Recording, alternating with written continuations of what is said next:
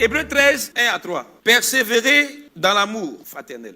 N'oubliez pas l'hospitalité, car en l'exerçant, quelques-uns ont logé des anges sans le savoir.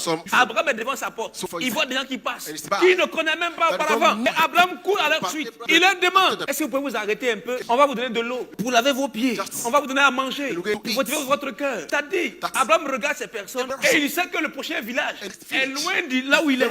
Et le précédent village était aussi loin. Il était autour de midi, pour la chaleur du jour. Et Abraham, son cœur était touché. Il ne pouvait pas laisser ces gens-là continuer à marcher sous le soleil. Il dit, il faut qu'il fasse quelque chose. Et il va à leur poursuite. Et il va vite. Et le cœur, le sujet, n'était pas pour Abraham. C'était pour faire du bien à ces gens. C'était pas pour qu'on dise ce qu'Abraham fait. Et quand Abraham arrive, lui-même il s'assoit auprès d'eux. Mais Abraham ne mange pas. C'est eux qui mangent. Sois accueillant.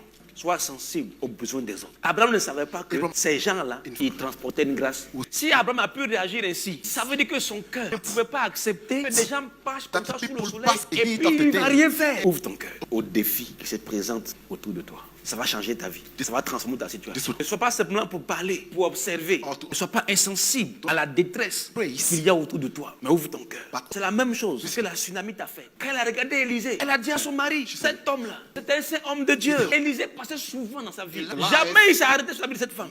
Mais elle a su attirer à sa vie la grâce et la faveur de transporter Élisée. Élisée n'avait rien demandé. Ces trois personnes-là, elles passaient. Elles n'ont pas appelé Abraham. C'est Abraham qui les a regardées. Il dit, il faut qu'il fasse quelque chose. Abraham était loin de penser que ces trois gars-là avaient Dieu au milieu d'eux. Il y avait une grâce pour eux. Quand ils ont fini de manger, ils ont demandé à Abraham, où est ta femme? Il dit, elle est dans la tente. Et puis, un d'eux a dit, l'année prochaine, je reviendrai et ta femme va en passer. Sarah était dans la tente. Elle a entendu. Elle a commencé à rire. La Bible précise, Abraham et Sarah étaient vieux, avancés en âge. Et Sarah ne pouvait plus espérer avoir des enfants. Elle ne pouvait plus espérer avoir des enfants. Comment l'hospitalité va te donner d'expérimenter ce que tu ne pouvais plus espérer avoir? Elle rit en elle-même en disant, maintenant que je suis vieille, aurais-je encore des désirs? Mon Seigneur aussi, c'est vieux. Il est vieux. Ils n'ont pas dit qu'il va tomber enceinte. Ils ont dit qu'il va revenir là. Elle aura déjà un fils. Normalement, quand Sarah rit comme ça, c'est comme si elle a douté. Le fait d'avoir douté là, doit arrêter en même temps le miracle. Mais malgré le doute, quelque chose s'est passé. Quelque chose se passe dans ta vie. Mais cette attitude-là, de courir, d'aider les gens. Abraham a fait toutes ces choses.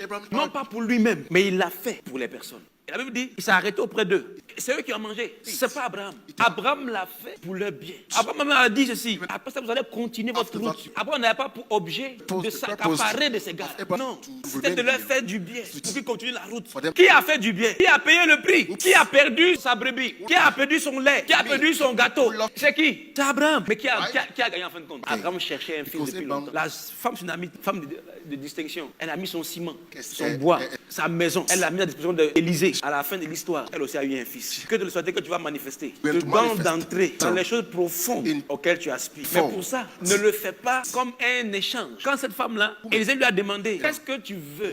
Elle a répondu, j'habite au milieu de mon peuple. J'ai besoin de rien. Elle ne l'a pas fait. Je dis, donne-moi ça en même temps. Non, elle l'a fait pour le bien des gens. Sois sensible aux besoins qui sont autour de toi. Sois sensible à la vision dans laquelle tu te trouves. Et agis en conséquence. Pas même pour recevoir quelque chose de Dieu. Fais-le pour l'intérêt du Seigneur. Et Dieu n'est le député de personne. Ne se souviendra de toi. C'est toi qui apportes pour le bien-être. Mais en vérité, c'est toi qui vas en bénéficier.